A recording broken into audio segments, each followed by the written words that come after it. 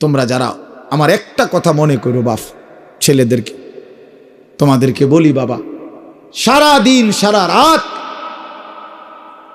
মোবাইলে নারী দেখো, ছবি দেখো, নাচ গান, এক ওয়াক্ত নামাজ যারা পড়ো না, কোনো দিন যারা ফজরের নামাজ পড়ো না, হালাল হারামের কোনো পার্থক্য নাই, কিন্তু কেউ তোমারে ফিরায় না।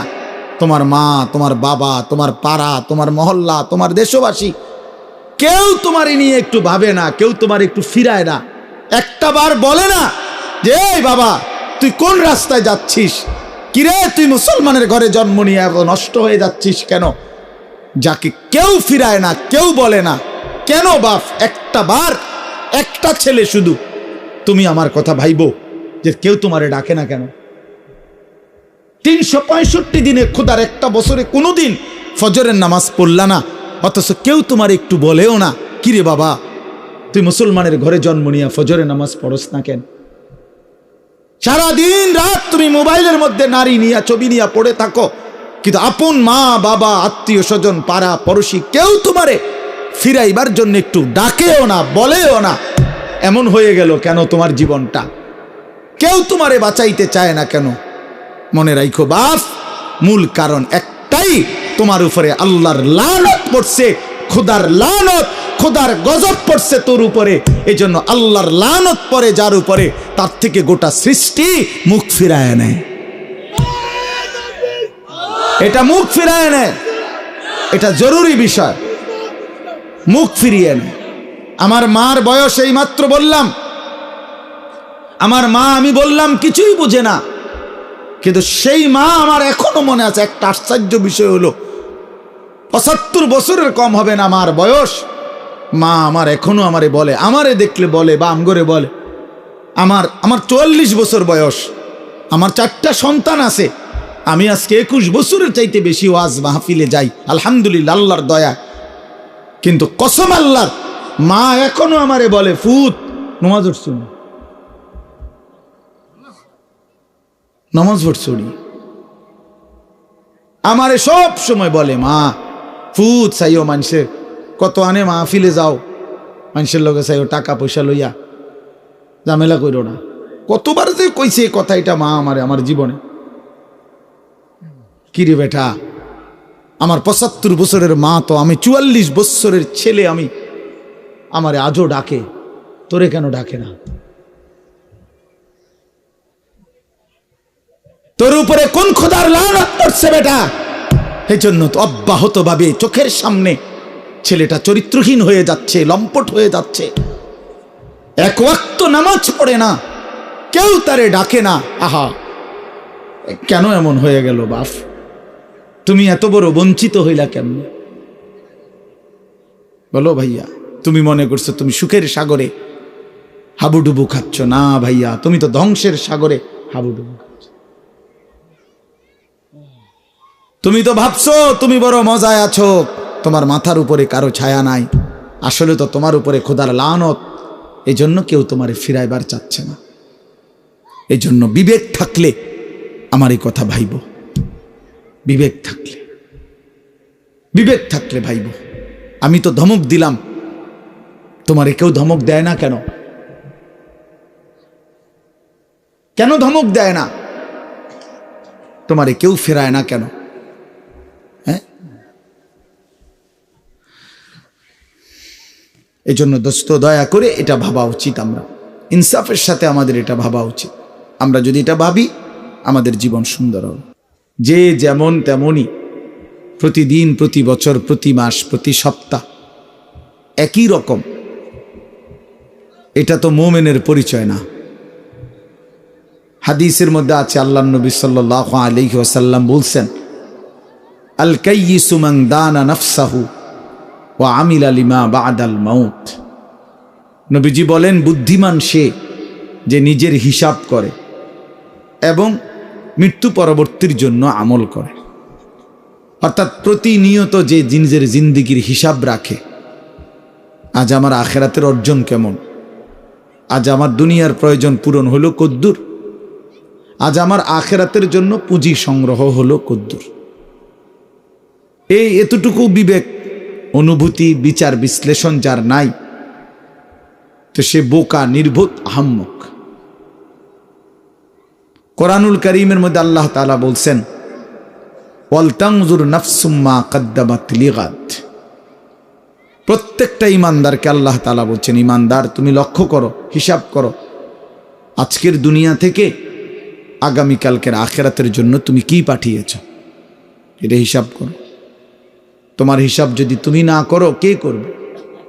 নিজের ভালো, নিজের ভাবনা, নিজের বুঝ যদি কারো না বুঝে আসে, কে ভাববে?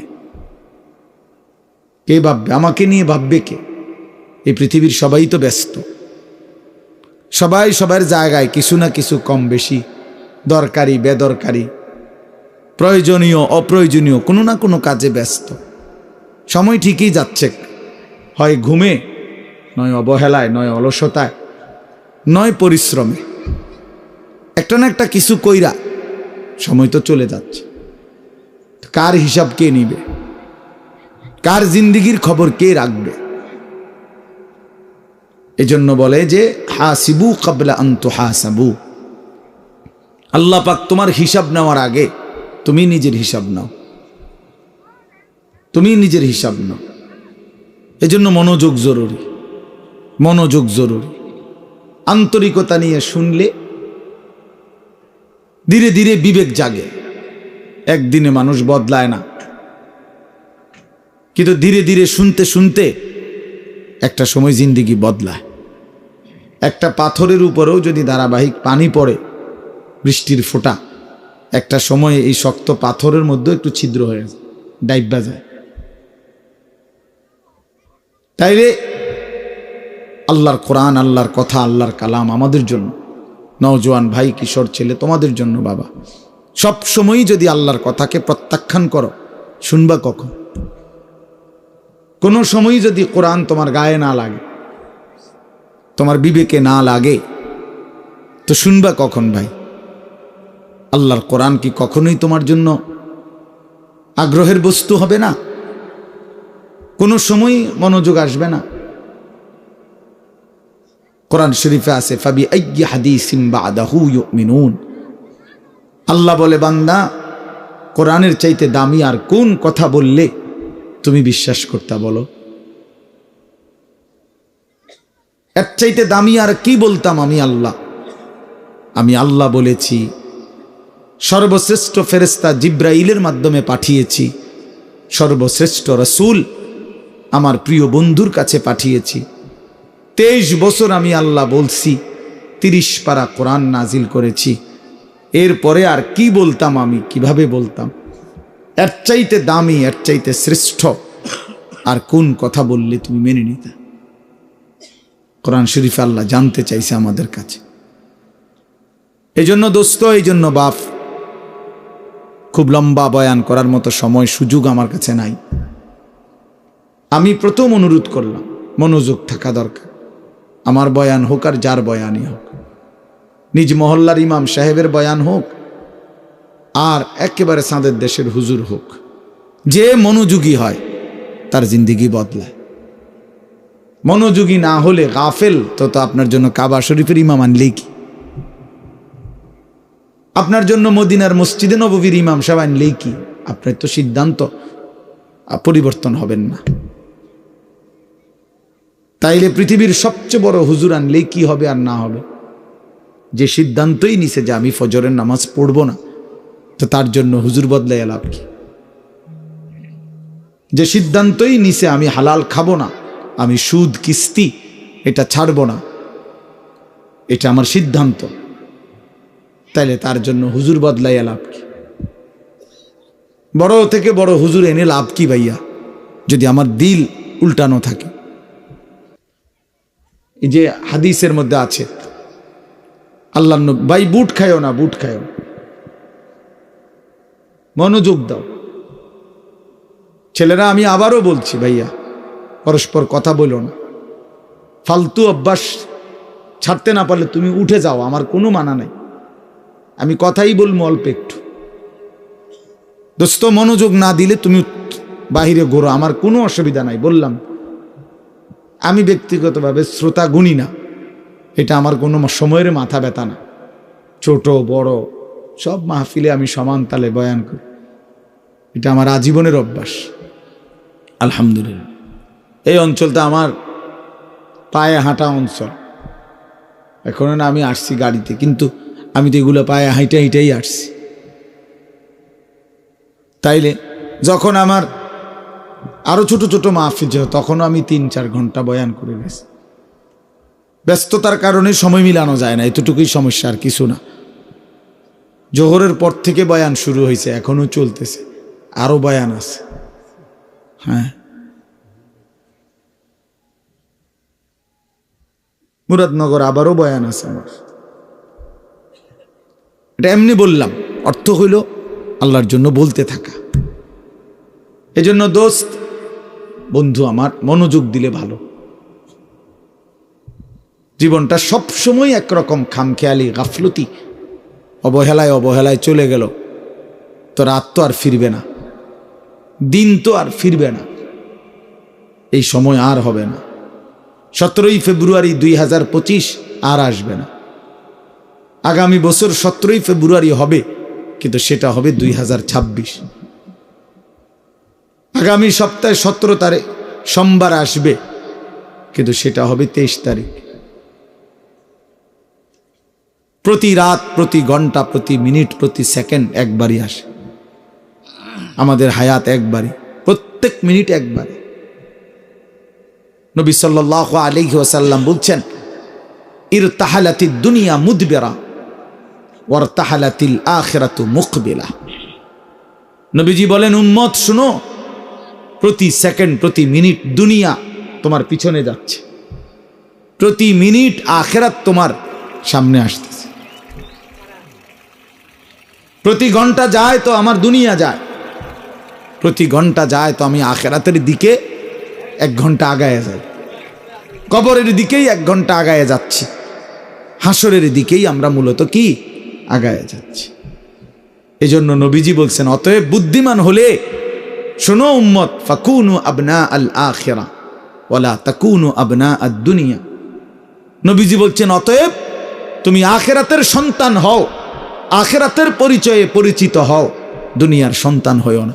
শুধু ডাক্তার, শুধু ইঞ্জিনিয়ার, শুধু আইনজীবী, শুধু ব্যারিস্টার, শুধু পয়সাওয়ালা, শুধু ব্যবসায়ী, শুধু কৃষক, শুধু বিদেশি, শুধু প্রবাসী, এক মুসলমান হিসেবে এতটুকু পরিচয় নিয়েই তুমি যথেষ্ট হইও না। এক মুসলমানের পরিচয় এতটুকুই না, বরং তোমার পরিচয় যেন হয় আখিরাতের পরিচয়।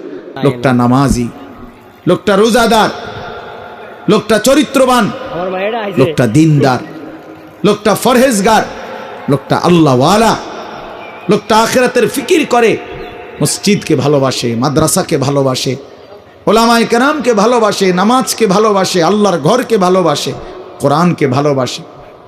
এমন পরিচয় পরিচিত হও, এমন পরিচয় নিজের জীবনে লাগাও। নবীজি বলছেন, শুধু দুনিয়ার পরিচয়, অনেক বড় পয়সাওয়ালা, অনেক বড় টাকাওয়ালা, অনেক বড় ক্ষমতার অধিকারী, দোস্ত ক্ষমতা বেশি বা কম উভয় অবস্থাতেই কবরে চলে যাবে। হাসলেও মরে যাবে, কাঁদলেও মরে যাবে।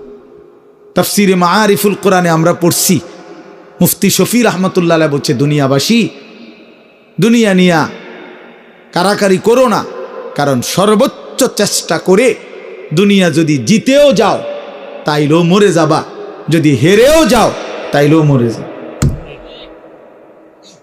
পৃথিবীর সর্বশ্রেষ্ঠ ধনী সেও মৃত্যুবরণ করবে, পৃথিবীর সর্বশ্রেষ্ঠ ফকির সেও মৃত্যুবরণ করবে, মরেই যাবে। প্রিয় বন্ধু, তোমরাও আমরাও হাসলেও মরে যাব, কাঁদলেও মরে যাব, সুখে থাকলেও মৃত্যু হবে, দুঃখে থাকলেও মৃত্যু হবে, অট্টালিকায় থাকলেও মরণ, কুড়ে ঘরে থাকলেও মরণ। অতএব যেই মৃত্যু আমাকে বরণ করতেই হবে, যেই কবর থেকে আমি আড়াল হওয়ার, পাশ কাটার কোনোই সুরত নাই, অতএব তার জন্য প্রস্তুতি নেওয়া, যে এটার মুখোমুখি আমাকে হতেই হবে, তার জন্য প্রিপারেশন নেওয়া, এটাই বুদ্ধিমানের কাজ। আমার যেহেতু ডায়াবেটিস হয়েই গেছে, এখন আমার এই অবস্থায় শরীর স্বাভাবিক থাকবে কেমনে? এইটা নিয়েই ফিকির করা উচিত। আমার যেহেতু গ্যাস্ট্রিক হয়েই গেছে, আমার যেহেতু এই রোগ হয়েই গেছে, এখন বিবেকবান বুদ্ধিমান উচিত যে এই অবস্থায় আমি সুস্থ থাকবো কিভাবে। ঠিক মনে করেন এরকম, আমাকে যেহেতু কবরে যেতেই হবে, আমাকে যেহেতু মরতেই হবে, অতএব এখানে উচিত বিবেক দিয়ে যে অতএব আমাকে কবরে ভালো থাকবো কিভাবে তার ফিকির।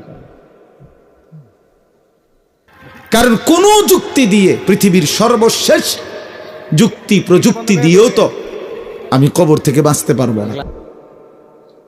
তাহলে যে সত্য আমাকে গ্রহণ করতেই হবে, যেই অমোঘ বিধান আমাকে মেনে নিতেই হবে, তার জন্য প্রিয় ভাই নিজেকে প্রস্তুত করা, ভাবা, কল্পনা করা, এটাই বিবেকের দাবি, এটাই ইনসাফের দাবি।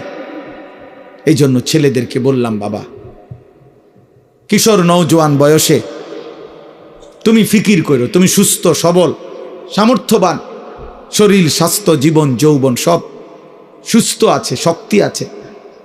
এই সময়ে যদি কোনো ভাবনা না আসে তো বুড়াকালে কেমনে ভাববা? বয়সকালে তো ভাবনার সময় না। কোরআন শরীফে স্পষ্ট আছে, অমিনকুম মান ইউরাদ্দু ইলা আরদালিল উমর লিকাই লা ইয়ালামা মিন বাদি ইলমিন শাইআ। আল্লাহ বলেন, মানুষকে আমি পর্যায়ক্রমে ধীরে ধীরে, অনেক মানুষকে আমি এরকম নিষ্কর্মা বৃদ্ধ বানিয়ে দেই যে ফলে সে যে জিনিসগুলো ইতিপূর্বে জানতো, একটা পর্যায়ে সে আর কিছুই জানে না, এখন আর কিছুই বলে না, কিছুই বুঝবে না। এই চাচা এখন আর কিছুই বুঝবে না, জিজ্ঞাসা করে দেখো, তার আর কোনো অনুভূতি নাই। তার কাছে এখন আর দুনিয়া বরাবর, সবকিছু, হাসিও বরাবর, কান্নাও বরাবর, রাতও বরাবর, দিনও বরাবর, আনন্দও বরাবর, বেদনাও বরাবর। ওনার তো আর সেই ফিলিংসটাই নেই। আমার মারে দেখছি আমি, আজীবন মা কত নামাজ পড়তেন, তিলাওয়াত করতেন, তসবিহ পড়তেন, 500 দানার তসবিহ পড়তেন মা। আর মা এখন এত অসুস্থ হয়ে গেছে, বৃদ্ধ, নামাজের কথা 10 বার 20 বার বললে হ্যাঁ মানে বুঝে না, কি করবো এটা বুঝে না, অজু করতে কইলে মা বুঝে না। তাহলে আমি তো আমার মায়ের চোখে দেখা সাক্ষী, আমি তো মাকে দেখছি। মা আমার সেই সকাল থেকে রাত পর্যন্ত কত নামাজ পড়তেন, কত কোরআন তেলাওয়াত করতেন। আমার মায়ের সেই জিন্দিগি তো আমি দেখছি ভাইয়া। এই জন্য আমরা, এটাই সত্য, এটাই বাস্তবতা, আমাদেরকে যেতেই হবে। 3 অবস্থার যে কোনো একটা হবেই। হয় একদিন এই শক্ত সামর্থ্য শরীর দুর্বল অসুস্থ হয়ে যাবে, নয়তো বৃদ্ধ হয়ে যাবে, নয়তো তার আগেই কবরে পৌঁছে যাবে। প্রিয় বন্ধু, প্রিয় বাপ, আমাকে এটা বরণ করতেই হবে, আমাকে এটা বরণ করতেই হবে। এজন্য আমি অনুরোধ করছি, ওই দেখেন ওই ছেলে বারবার মোবাইল উঠাই আয়, মানে অসভ্য কিছু ছেলে আছে, অসভ্য, এমন গাদ্দার যে কারো কোনো কথা শুনবেন। হের কথা হইলো যে মানে অনেক ছেলের যে হুজুর আমি এর থেকে ভালো মানুষের কথাই শুনি না, আপনার কথা শুনবো না? না, এটাই বা হাসি না, এটা কলিজা পাথর হওয়া। এমন গাদ্দার যে কোনোভাবেই আমি নিষেধ করলাম। ওই যে ওই আরেক অপদার্থ হাসে, এই দেখছেন, এই যে এখন নামাইল, এই জিন্দিগি, হে নিজে নিজে হাসে মোবাইলের দিকে। মানে কাকে বলে, কেন বলে, কি জন, আমার এত কিছু, আমি এবং আমার মোবাইল, পৃথিবীতে এরপরে আর কিছু আছে বা নাই এটা আমার জানার বিষয় শেষ। আমি এবং আমার একটা মোবাইল, এটাই রাত, এটাই দিন, এটাই হাসি, এটাই কান্না, এটাই আনন্দ, এটাই বেদনা, খালাস। মোবাইল দেখতে দেখতে ঘুমাচ্ছে, মোবাইল দেখতে দেখতে ঘুম থেকে উঠতেছে, রাত গভীর হয় মোবাইলে, ভোর আলোকিত হয় মোবাইলে। আহা প্রিয় নওজোয়ান, আল্লাহ পাক তাইলে আমাদেরকে জন্যই সৃষ্টি করছেন। মাত্র 15,000 টাকা 14,000 টাকা দামের একটা মোবাইলের কাছে হেরে গেলাম, এত সুন্দর জীবন, অনন্তকালের আখিরাত সব ত্যাগ করে দিলাম। কি বন্ধু, চিরস্থায়ী জান্নাত ছেড়ে দিলা, জাহান্নামের জন্য সিদ্ধান্ত নিয়েই নিলা। এই নারী, এই ছবি, এই উলঙ্গ দৃশ্য, এই জিনা, এই ব্যভিচার, খোদার কসম ধীরে ধীরে তোমার জাহান্নামের দিকেই নিয়ে যাও। নুআল্লিহি মা তাওয়াল্লা ওয়া নুসলিহি জাহান্নাম। আল্লাহ বলছে, যে বান্দা আমার রাসূলের বিরুদ্ধাচরণ করবে এবং আমার ইমানদার বান্দারা যে পথে চলে তার উল্টো পথে চলবে, আল্লাহ বলেন আমি তাকে সেই উল্টো পথেই চালাবো এবং একদিন সত্যি সত্যি আমি তার জাহান্নামে ফেলে দেব। খোদার কসম বাপ, এটা কোরআন শরীফের আয়াত। আমি এই মাত্র বলে আসছি, বলছি তোমরা যারা আমার একটা কথা মনে করো বাপ, ছেলেদেরকে তোমাদেরকে বলি, বাবা সারা দিন সারা রাত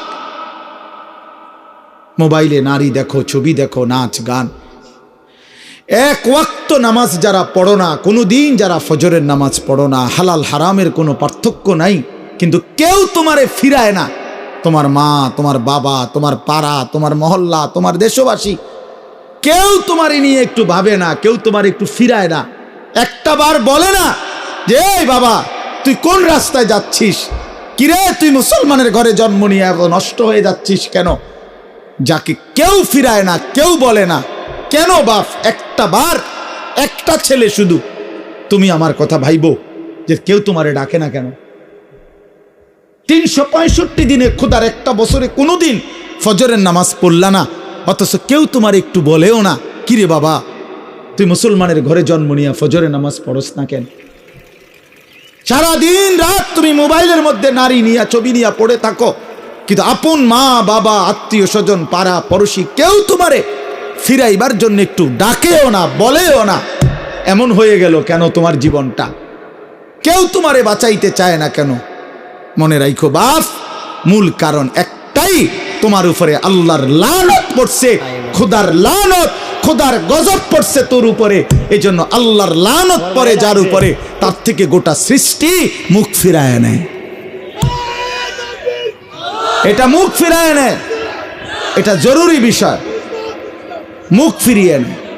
আমার মার বয়স এই মাত্র বললাম, আমার মা আমি বললাম কিছুই বুঝে না, কিন্তু সেই মা আমার এখনো মনে আছে। একটা আশ্চর্য বিষয় হলো 75 বছরের কম হবে না মার বয়স। মা আমার এখনো আমারে বলে, আমারে দেখলে বলে বা আমগরে বলে, আমার 44 বছর বয়স, আমার 4টা সন্তান আছে, আমি আজকে 21 বছরের চাইতে বেশি ওয়াজ মাহফিলে যাই আলহামদুলিল্লাহ আল্লাহর দয়া। কিন্তু কসম আল্লাহর, মা এখনো আমারে বলে ফুত নামাজ পড়ছো না, নামাজ পড়ছো নি। আমারে সব সময় বলে মা ফুত চাইও, মানুষের কত আনে মাহফিলে যাও, মানুষের লগে চাইও টাকা পয়সা লইয়া, ঝামেলা কইরো না। কতবার যে কইছে এই কথা এটা মা আমারে, আমার জীবনে। কিরে বেটা, আমার 75 বছরের মা তো, আমি 44 বছরের ছেলে, আমি আমারে আজও ডাকে, তোরে কেন ডাকে না? তোর উপরে কোন খোদার লানত পড়ছে বেটা? এই জন্য তো অব্যাহত ভাবে চোখের সামনে ছেলেটা চরিত্রহীন হয়ে যাচ্ছে, লম্পট হয়ে যাচ্ছে, এক ওয়াক্ত নামাজ পড়ে না, কেউ তারে ডাকে না। আহা, কেন এমন হয়ে গেল বাপ? তুমি এত বড় বঞ্চিত হইলা কেমনে বলো ভাইয়া? তুমি মনে করছো তুমি সুখের সাগরে হাবুডুবু খাচ্ছ? না ভাইয়া, তুমি তো ধ্বংসের সাগরে হাবুডুবু খাচ্ছ। তুমি তো ভাবছো তুমি বড় মজায় আছো, তোমার মাথার উপরে কারো ছায়া নাই। আসলে তো তোমার উপরে খোদার লানত, এই জন্য কেউ তোমারে ফিরাইবার চাচ্ছে না। এই জন্য বিবেক থাকলে আমার এই কথা ভাইব, বিবেক থাকলে, বিবেক থাকলে ভাইব। আমি তো ধমক দিলাম, তোমারে কেউ ধমক দেয় না কেন? কেন ধমক দেয় না? তোমারে কেউ ফেরায় না কেন? হ্যাঁ, এজন্য দোস্ত দয়া করে এটা ভাবা উচিত, আমরা ইনসাফের সাথে আমাদের এটা ভাবা উচিত। আমরা যদি এটা ভাবি আমাদের জীবন সুন্দর হবে। এই কথাটাই আমি শুরু করছিলাম। আল কাইয়িসু মান দানা নাফসাহু, নবীজি বলছেন সে বুদ্ধিমান যে নিজের হিসাব করে, ও আমিলা লিমা বাদাল মাউত, এবং মৃত্যু পরবর্তীর জন্য আমল করে। সেভাবে আমি কে, আমারে কে বানাইলো, আমি আসলাম কোত্থেকে, কেন বানাইলো, আত্ম উপলব্ধি, নিজের বিবেক, নিজের জাগা, আসলে আমি কে, আমি মানুষ না জানোয়ার, এতটুকু বুঝ বুদ্ধি আকল দিমাগ যদি দোস্ত আমার না থাকে তা আমি মানুষ হলাম কিভাবে, মুসলমান হলাম কিভাবে? মাসালুল্লাযী ইয়াযকুরু রাব্বাহু ওয়াল্লাযী লা ইয়াযকুরু রাব্বাহু মাসালুল হাইয়্যি ওয়াল মাইয়্যিত। নবীজি বলছেন যে আল্লাহকে স্মরণ করে আর যে করে না, এই দুইজনের মধ্যে উদাহরণ হলো একজন জীবিত, একজন মৃত। নাফরমান মুর্দা, ইমানদার জীবিত। রাসূলুল্লাহ সাল্লাল্লাহু আলাইহি ওয়াসাল্লাম বলছেন, ইন্নাল্লাযী লাইসা ফি জাওফিহি শাইউম মিনাল কুরআন কাল বাইতিল খারিব। প্রিয় বন্ধু শুনো, নবীজি সাল্লাল্লাহু আলাইহি ওয়াসাল্লাম বলছেন যে এই কলিজার ভিতরে আল্লাহর কোরআন নাই, কোরআন কিছু পরিমাণ কোরআন শরীফও নাই, 10টা সূরাও শুদ্ধ পড়তে জানে না, 10টা সূরাও মুখস্থ পারে না, আল্লাহর কালামের কিচ্ছুই জানে না। আল্লাহ রাসূল সাল্লাল্লাহু আলাইহি ওয়াসাল্লাম বলছে ওই নাফরমানের দিল হলো কাল বাইতিল খারিব, সারা বাড়ি, আলগা বাড়ি, যে বাড়িতে আগে থাকতো এখন থাকে না, নতুন ঘরে উঠে গেছে, ওই ঘরের এখন কোনা ভাঙ্গা গেছে, এই ঘরের এখন দুয়ার ভাঙ্গা গেছে, টিন সাল ফইরা গেছে, এখন সারা বাড়িটা আলগা বাড়ি, বিরান ঘর, সেই ঘরে এখন কুত্তা থাকে, সেই ঘরে এখন বিড়াল থাকে, সেই ঘরে এখন সাপ বিচ্ছু থাকে, মানুষ থাকে না। খোদার কসম নবীজি বলছে যে কলিজার ভিতরে আল্লাহর কোরআন নাই, ওই কলিজার ভিতরে মানুষ থাকে না, কুত্তা থাকে, কুত্তা, এই কুত্তা থাকে, কুত্তা, কুত্তা থাকে ওই কলিজার ভিতরে, সাপ থাকে, বিচ্ছু থাকে, ওটাতে বিড়াল থাকে, ইন্দুর থাকে, কেচ্ছা থাকে, মানুষ থাকে না। ওই কলিজার ভিতরে মানুষ থাকে না, বুঝছো ভাইয়া? কাজে তোমাদের যাদের জবানে আল্লাহর কোরআন নাই, তোমাদের যাদের দিলে মাওলার কোরআন নাই, তো তোমার এই ভেতরটা জন্তু জানোয়ারের ঘর, কুকুর বিড়ালের ঘর। আর চারো শোনো মিয়া, কোরআন শরীফে সূরা আরাফের মধ্যে আছে কোরআনের আয়াত, ওয়াত্তাবা হাওয়াহু ফামাসালুহু কামাসালিল কালব। সরাসরি কোরআনের আয়াত, সরাসরি কোরআন শরীফের আয়াত। আল্লাহ তাআলা বলছেন যে মনের ইচ্ছা মতো চলে, মনের চাহিদার অনুসরণ করে, আমার মনে যা চায়, কেন নামাজ পড়ো না? তোমার মন চাইছে দেখে। আর কি কারণ? তোমার মন চাইছে তুমি পড়ো না কেন? সারাদিন নারী দেখো, ছবি দেখো, তোমার মন চাইছে, এই তো না, আর কি তো কিছু না। কেন পেশাব করে পায়খানার পরে ঢিলা কুলুক টয়লেট পেপার, পাক নাফাকের কোনো পার্থক্য বুঝো না কেন? কারণ তোমার মন চাইছে, মন চাইছে। রাতের বাইজা গেছে 3টা, তুমি ঘুমাও না, দিনের বাইজা গেছে 10টা, তুমি ঘুম থেকে ওঠো না, কারণ তোমার ইচ্ছা, তোমার মনে যা চাইছে তা। আল্লাহর কসম বাপ, আমার কথায় রাগ করো না। আল্লাহ তাআলা কোরআনে বলছে এরকম মনের ইচ্ছার যে অনুসরণ করে, মনের যা চায় তাই করে, আল্লাহ বলছে তার উদাহরণ হলো কামাসালিল কালব, কুত্তার মতো, কুত্তার মতো, কুত্তার মতো, কুত্তার মতো, কুত্তার মতো। এই নামাজি বেনামাজি বেহায়া, মনে রাখিস তোর জিন্দিগি কুত্তার জিন্দিগি। তোদের যাদের কপালে সেজদা নাই, তোমাদের জীবন কুত্তার জীবন, মনে রাখো। জীবন এটা কামাসালিল কালব। কই হারুন, কই কও কামাসালিল কালব, কালব অর্থ কি কও? বলো, এরা তো সব আমার ছাত্র, হারুন, এই যে রবি, বলো। কামাসালিল কালব, কুকুরের মতো আল্লাহ বলছে কোরআন। এ তো কোনো ব্যাখ্যার কিছু নাই যে এক হুজুর কইছে এটা, আরেক হুজুর কইছে এটা, এরকম কথা বোঝেন নাই। এমনি এটা ব্যাখ্যার কিছু আছে এখানে? এটা তো স্বাভাবিক বাংলা, সোজা বাংলা। কামাসালিল কাল, কুকুরের মতো। ওই জিন্দিগি কুত্তার জিন্দিগি, যে জিন্দিগি নাফরমানের জিন্দিগি, নাফরমানের জীবন। এজন্য দোস্ত রহম করো নিজের উপরে। আমার চিৎকার চেঁচামেচির একটাই মাকসাদ, সারাটা বছর আমি চিল্লাই,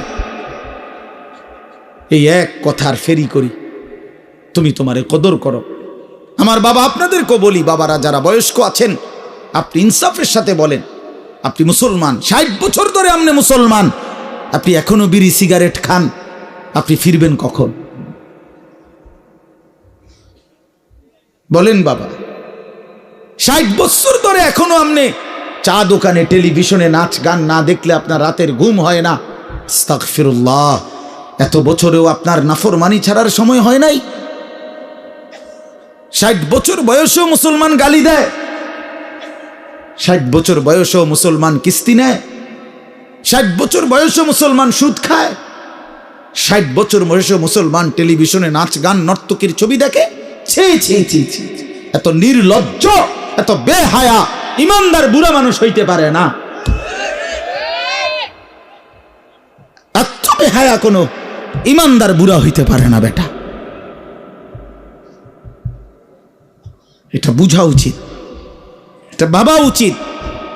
আলাম ইয়ানি লিল্লাযীনা আমানু আন তাখশা কুলুবুহুম লিযিকরিল্লাহ। আল্লাহ বলছে, মুমিন, আমি আল্লাহর ভয়ে তোমার মনটা নরম হওয়ার সময় আজও হয়নি? আমারে ডাকবা না তাইলে? আলাম ইয়ানি লিল্লাযীনা আমানু আন তাখশা কুলুবুহুম লিযিকরিল্লাহ ওয়া মা নাযালা মিনাল হক। রব্বে করিম বলে, বান্দা আমার স্মরণ, আমার জিকির, আমার বন্দিগি, আমার কোরআন পড়বার জন্য তোমার মনটা নরম হওয়ার সময় আজও কি হয়নি? আল্লাহ যেন ডাক দিয়ে বলছে, যুবক, 365 দিন তো হয়ে গেল, একটা বছর চলে গেল, বান্দা কোনোদিন ফজরের নামাজ পড়লা না, তাহলে কি বান্দা আর কোনোদিন পড়বা না? এই ফয়সালা দিয়ে ফেললা। 30 বছর ধরে সুদ খাও বান্দা, তাহলে কি এই সিদ্ধান্তই নিলা আর কোনোদিন ছাড়বা না? 20 বছর ধরে দাড়ি কাটতেছ, তাহলে কি এই ফয়সালাই নিলা যে আর কোনোদিন দাড়ি রাখবা না? 20 বছর ধরে ঘরে রঙিন টেলিভিশন চলে, প্রতিদিন নাচ গান নর্তকীর ছবি, তাহলে কি মুমিন ফ্যামিলির জন্য এটাই সিদ্ধান্ত নিয়েছো যে আমি আমার পরিবারকে আল্লাহর নাফরমানির উপরেই রেখে যাব? এটা কি নাফরমানি না? কথা বলেন না? তাইলে আর কোনোদিন কি ফিরবা না? আল্লাহ জানতে চাইছে, আল্লাহ জানতে চাইছে, বান্দা সময় কি আজও হয়নি? আমারে কি ডাকবা না? আমি কি একটা সেজদা পাবো না? আল্লাহ বলেছেন, আমি তো দুনিয়া বাদ দিতে বলি নাই। ওয়ালা তানসা নাসীবাকা মিনাদ দুনিয়া, দুনিয়া ভুলে যেও না। স্ত্রী তো আমি দিয়েছি, সন্তান তো আমি দিয়েছি, এই জীবনে যা উপার্জন করছো তো আমি দিয়েছি। ওয়াফিস সামাই রিজকুকুম ওয়া মা তুআদুন। আল্লাহ বলেন, আসমানে তোমাদের রিজিক, জমিনে না। কোথায়? ওয়াফিস সামাই রিজকুকুম, তোমাদের রিজিক আসমানে। মা উরিদু মিনহুম মির রিজকিন ওয়া মা উরিদু আন ইউতঈমুন। আল্লাহ বলে, বান্দা আমি তোমাদের কারো কাছ থেকে কোনো রিজিক চাই না, তোমরা কেউ আমাকে খাওয়াইতে হবে আমি এটাও চাই না। ইন্নাল্লাহা হুয়ার রাজ্জাকু যুল কুওয়াতিল মাতিন। নিশ্চয়ই আল্লাহই হচ্ছেন সুবিশাল ক্ষমতার অধিকারী, রিজিক দাতা। কায়নাতকে তো আমি খাওয়াই, আমারে তো কেউ খাওয়াইতে হয় না। সবার আশ্রয় তো আমি দেই, আমারে তো কেউ আশ্রয় দিতে হয় না, আমি তো সব করি। ওয়া ইন আমসাসকাল্লাহু বিদুররিন ফালা কাশিফা লাহু ইল্লা হু। আল্লাহ বলে, বলো না বান্দা, আমি যদি কাউকে মুসিবতে ফেলি তাইলে সেই মুসিবত থেকে উদ্ধারকারী আমি ছাড়া আছে কে? কে আছে? কে বলে না বাপ? কে? ফালা কাশিফা লাহু ইল্লা হু। আমি ছাড়া উদ্ধারকারী কেউ নাই, কেউ নাই। ওয়া ইন ইউরিদকা বিখাইরিন ফালা রাদ্দা লিফাদলিহি। আল্লাহ বলেন, আর আমি যদি কাউকে কল্যাণ করি, উপকার করি, তাইলে আমার কল্যাণ, আমার উপকার ঠেকায়া দিবে এমনও তো কেউ নাই। কে দিবে আমার ঠেকায়া? আমারে প্রতিহত করবে কে? ওয়া ইম মিন শাইইন ইল্লা ইনদানা খাযাইনুহু ওয়া মা নুনাজ্জিলুহু ইল্লা বিকদারিন মা'লুম। আল্লাহ বলে, বান্দা সব কিছু আমার কাছে আছে ভান্ডারে ভান্ডারে, কিন্তু আমি জমিনে নাজিল করি পরিমাণ মতো করে। একসাথে সব আলু দিয়া দিলে রাখবা কই? একসাথে 30 বছরের পেঁয়াজ দিয়া দিলে রাখবা কই? কথা বোঝেন নাই? একসাথে 50 বছরের খাবার দিয়ে দিলে রাখবা কই? আছে তো আমার কাছে সব কিছুর ভান্ডারে ভান্ডার, কিন্তু আমি জমিনে দিয়ে থাকি পরিমাণ মতো করে, বিকদারিম মা'লুম। ইন্না কুল্লা শাইইন খালাকনাহু বিকদার। আল্লাহ বলেন, সব কিছু আমি বানিয়েছি পরিমাণ মতো করে। জন্ম নিল কয়জন, কবরে নিলাম কয়জন, আমার হিসাব আছে। কোন সংখ্যা, জনসংখ্যা কোনো সময় বেড়ে গিয়ে ক্ষতিগ্রস্ত হবে না, আমি আছি না। বুঝেন নাই কথাটা? কোন বিজ্ঞানী বুদ্ধি দিছে, কোন পাগলে বলছে? সব পাগল মাতাল ছাড়ো, আমি আছি। ওমা মিন দাব্বাতিন ফিল আরদি ইল্লা আলাল্লাহি রিজকুহা। আল্লাহ বলে, যত কিছু জমিনে বিচরণ করে সব কিছুর রিজিকের জিম্মাদারি আমি একাই আমার কাঁধে তুলে নিলাম। সুবহানাল্লাহ। ওয়া ইয়ালামু মুস্তাকাররাহা ওয়া মুস্তাউদাহা। আল্লাহ বলেন, আমার বান্দা, আমার সৃষ্টি, আমার মাখলুক কখন কোথায় থাকবে, শেষ পর্যন্ত কোথায় দাফন হবে, আমি সব আগের থেকেই জানি, ফয়সালা করে রেখেছি। গতকালকে আমি ছিলাম সিলেট মৌলভীবাজার, আজকে এখানে। এই জিন্দেগি। আল্লাহ বলেন, আমি জানি, কুল্লুম ফি কিতাবিম মুবিন। সব কিছু আমি স্পষ্ট আমলনামার মধ্যে, তাকদীরের মধ্যে লিখে রেখেছি। তাকদীরে সব আগের থেকেই ফয়সালা করা, সব আগের থেকে সিদ্ধান্ত করা। আর রিজকু মাকসুম, রিজিক বন্টন হয়ে আছে। মাথার গাম পায়ে ফেললা, পায়ের গাম যদি আবার মাথা তো উড়ান, বরাদ্দ যে দূরে দূরে, হুদাই লাফান। আরে হুদাই লাফান, বুঝেন নাই? যে পরিশ্রম করে তার আয় বাড়ে, তাইলে তো সব দোকানদারের বেচা কিনা সমান হইতো। একসাথে দোকান খোলে, একসাথে দোকান বন্ধ করে, কামাই সমান না কেন? বুঝেন নাই আমনে কথা? একই স্ট্যান্ডে সবার 30টা সিএনজি এখান থেকেই গেছে, এখান থেকেই আপনার এই সিরিকাইল থেকেই কোম্পানিগঞ্জ, কোম্পানিগঞ্জ থেকেই সিরিকাইল, কই সবার ইনকাম বরাবর কেন? কেন? শুধু পরিশ্রম করিলেই অর্থ আসে? না না না, আসমানের ফয়সালাতে অর্থ আসে, রবের ফয়সালা। ইন্না রাব্বি ইয়াবসুতুর রিজকা লিমান ইয়াশাউ ওয়া ইয়াকদির। আল্লাহ বলেন, আমি যাকে মন চায় তাকে বেশি দেই, যাকে মন চায় তাকে কম দেই না। আমার ফয়সালা, তোমার কি? কমটাও আমার, বেশিটাও আমার, তুমি কি? আল্লাহ তারে বেশি দিলেন কেন, তো তোমারে কম দিলাম কেন? তোমারে যে কম দিলাম এটাই কেন দিলাম, তুমি এটা কও। তোমার কি যোগ্যতা? কোনটা তোমার? আসমান তোমার না জমিন তোমার? শরীর তোমার না দেহ তোমার? বুদ্ধি তোমার না চোখ তোমার না হাত তোমার? তোমার কি তা? কথা বলেন না কেন? তো সবই আমার, আমি যাকে যা মন চাই তাই দেব। তুমি কি? তুমি এর মতামত দিবার অধিকার আছে নি আমার? তাইলে এই জন্য বাপ, বন্ধু আমার, দোস্ত আমার, সাথী আমার, সবাইরে বলি ভাইয়া, জিন্দিগির হিসাব করেন। এটাই আমার মূল বক্তব্য। আর একটু নড়ে চড়ে ঘুরে দাঁড়ান। ছেলেরা, বাপ, ফিরে আসো তুমি আল্লাহর দিকে, কোরআনের দিকে, নামাজের দিকে, সেজদার দিকে। এই কপাল পৃথিবীর কোনো কামাইতে লাগে না।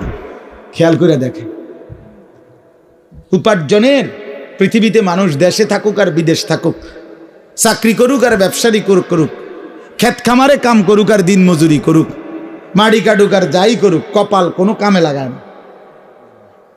বুঝো না হিসাবটা? কপাল কি লাগায় না? কোনো কাজে লাগায় না। কপাল শুধুই সেজদার জন্য, কপাল শুধুই সেজদার জন্য, শুধুই সেজদার জন্য। মাস, সেই মাসের নাম রমজান মাস। এই কারণে রমজান এত দামি। রমজানের আমার শায়েখ আল্লামা মুফতি মুশতাকুন নবী সাহেব বলে, রমজানের প্রতি ঘন্টা, মিনিট, সেকেন্ড, এক একটা মুহূর্ত যেন হীরামণি মুক্তার মতো, হীরামণি মুক্তার মতো। আল্লাহ তাআলা এমন ভাবে এটাকে, যেমন এই প্যান্ডেলটা আপনারা আলাদাভাবে সুন্দর করে চারদিকে কি চমৎকার করে সাজাইছেন, চারিদিকে এটাকে সুন্দর করে একটা সাজানো প্যান্ডেল। রমজানকে যেন আল্লাহ তাআলা এভাবে সাজাইছেন। আল্লাহ নিজের হাতে রমজান সাজাইছেন। আল্লাহ বলে, বান্দা শোনো, আমি রমজানকে কেমনে সাজাইলাম। 1, পুরা মাস রোজা। 2, প্রতিদিন ইফতার। 3, প্রতিদিন সাহারি। 4, প্রতিদিন 20 রাকাত তারাবি। 5, শেষ দশকে এতেকাফ। 6, শেষ দশকের বেজর রাত্রিতে শবে কদর। এরপরে 7, একটা নফল একটা ফরজের সমান। 8, একটা ফরজ 70টা ফরজের সমান।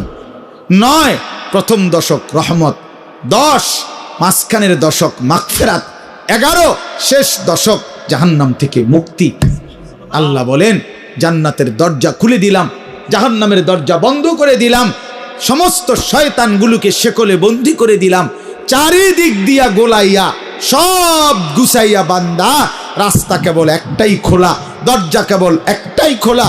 পুরা রমজান রাতে আসো, দিনে আসো, দুপুরে আসো, শুধু আমার গোলামি করবা, গুনাহ ছেড়ে দিবা, আর একটা দরজা দিয়েই সবাই ঢুকবা, শুধুই জান্নাত, শুধুই জান্নাত, শুধুই জান্নাত, শুধুই জান্নাত।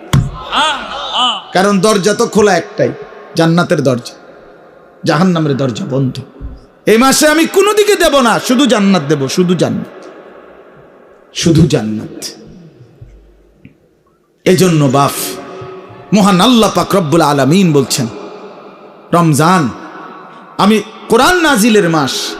আমার শায়েখ বলে, আল্লামা মুফতি মুশতাকুন নবী সাহেব বড় সুন্দর বলছে হুজুরে, যে শুনেন, আল্লাহ তাআলা রমজানকে বলছেন কোরআন নাজিলের মাস, এজন্য দামি বানাই দিছেন রমজান। একটাবার চিন্তা করে দেখেন, প্রত্যেক রমজানে কোরআন নাজিল হয় না, রমজান নির্দিষ্ট একটি রমজানে না কোরআন নাজিল হয়েছে, কথা বুঝছেন না? কিন্তু ওই এক মাসে কোরআন নাজিল হয়েছে দেখা আল্লাহর এই জমিনে যতবার এই মাস ঘুরে ঘুরে আসতেছে 1450 বছর ধরে, প্রত্যেকবারই এই মাস দামি হয়ে যাচ্ছে। একটি রাতে শবে কদর কোরআন নাজিল হয়েছে, ফলে যতবার এই রাতটা ঘুরে ঘুরে আসে প্রত্যেক বছরেই এই রাত দামি হয়ে যাচ্ছে। অতএব কোরআনুল কারীম এক রাত্রিতে নাজিল হইছে, এজন্য প্রত্যেকবারই ওই রাত্রি দামি। একটি মাসে নাজিল হইছে, এজন্য প্রত্যেক বছর ওই মাসটা দামি। এজন্য যে ইমানদার কোরআনকে বুকে আগলায় নিছে, কোরআনকে নিজের জীবনে গ্রহণ করে নিছে, রমজানকে আপন করে নিছে, খোদার কসম রব্বে কারীম তাকেও সারা বছর সারা জিন্দেগি দামি বানায় দিছে, দামি বানায় দিছে। এজন্য রমজান মাসের নাম কি? রমজান।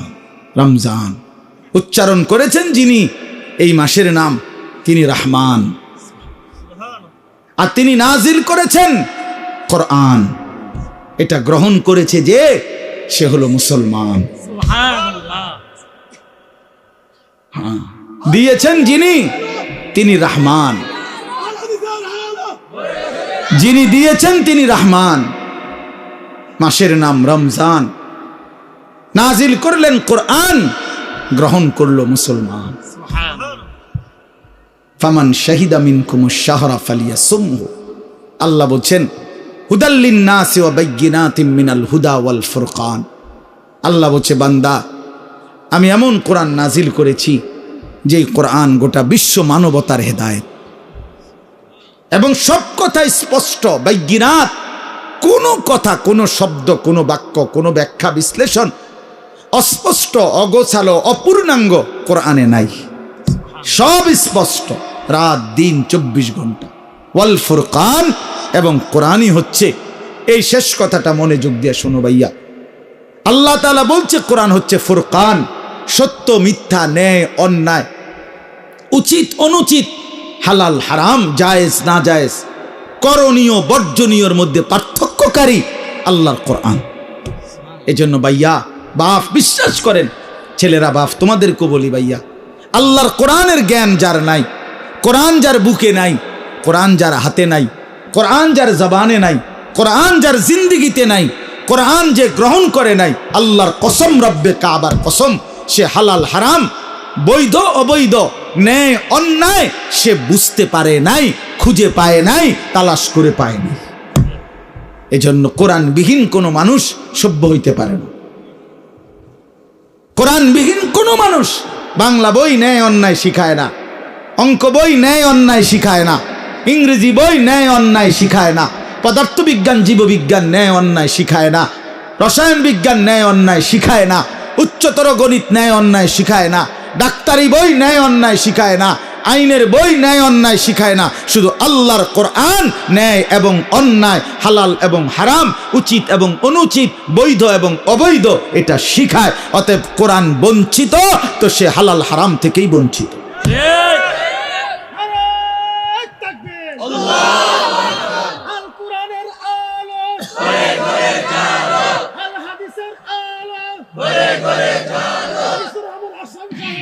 অতএব এটা ফিকির করা চাই, এটা পার্থক্যকারী জ্ঞান। এজন্য আপনাদের সবার কাছে অনুরোধ, নিজের ছেলেকে, নিজের মেয়েকে আল্লাহর কোরআন থেকে বঞ্চিত করবেন না। বাচ্চাটাকে দিন শিখান, আল্লাহর কোরআন শিখান। জীবনের সবচেয়ে বড় সম্পদ দিয়ে গেলেন। কোরআন আজীবন মানুষকে দামি বানায়, কোরআন জান্নাতেও দামি বানাবে। সর্বশেষ কথা হলো, ফামান শাহিদা মিনকুমুশ শাহরা ফালিয়াসুমহু। আল্লাহ বলছে, অতএব এত বড় ফজিলতপূর্ণ রমজান মাস যদি তোমার জন্য মিলে, আল্লাহ নিজে কি মজা করে আল্লাহ বলছে, বান্দা যদি রমজান পর্যন্ত তুমি পৌঁছো, তোমার জীবনে যদি রমজান মিলে, তুমি যদি হায়াত পাও, তো আমি আল্লাহ বলতেছি তুমি রোজা রাখো, তুমি রোজা রাখো, আমার হুকুম মাইনো, তুমি গুনাহ ছেড়ে দিও, তুমি আমার বন্দিগি একটা মাস কইরো। যদি বলি আল্লাহ 1 মাস আপনার হুকুম মানবো, ঠিক আছে, গুনাহ ছেড়ে দিব, রোজাগুলো এবং বিধানগুলো মানবো, শরীয়তের হুকুম, আপনি আমারে কি দিবেন?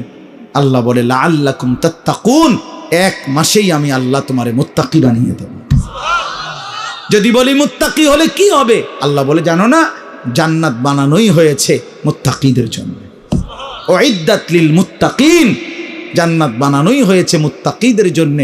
অতএব যে মুত্তাকি সেই জান্নাতি, যে জান্নাতি সেই মুত্তাকি।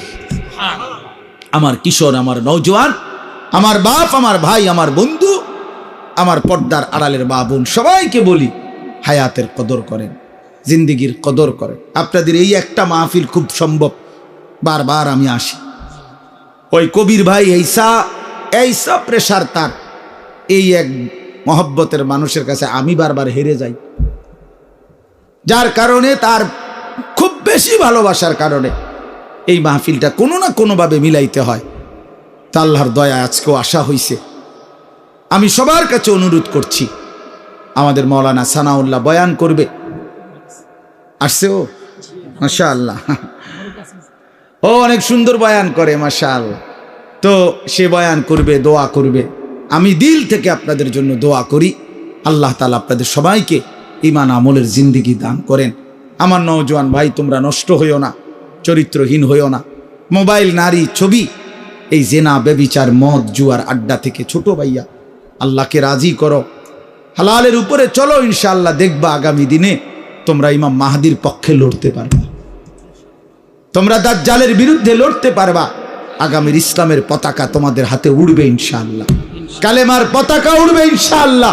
অতএব নওজোয়ান, হাল ছাইরো না, চরিত্রহীন হইও না, আল্লাহকে রাজি করো, সেজদা করো, ইনশাআল্লাহ গোটা দেশ গোটা মহল্লাবাসী তোমারে মহব্বত করবে, রব্বে করিমও তোমাকে আদর করবে।